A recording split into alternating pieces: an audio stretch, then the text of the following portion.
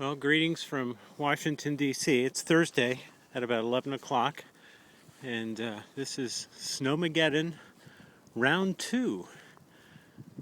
It's an unbelievable sight. The winds are howling, blizzard conditions, whiteout conditions.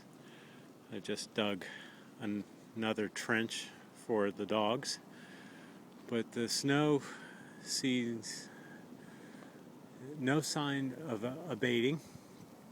And it's an amazing sight. Really is quite a wild scene. But this will give you a feel, and they say that it's supposed to taper off sometime later this afternoon.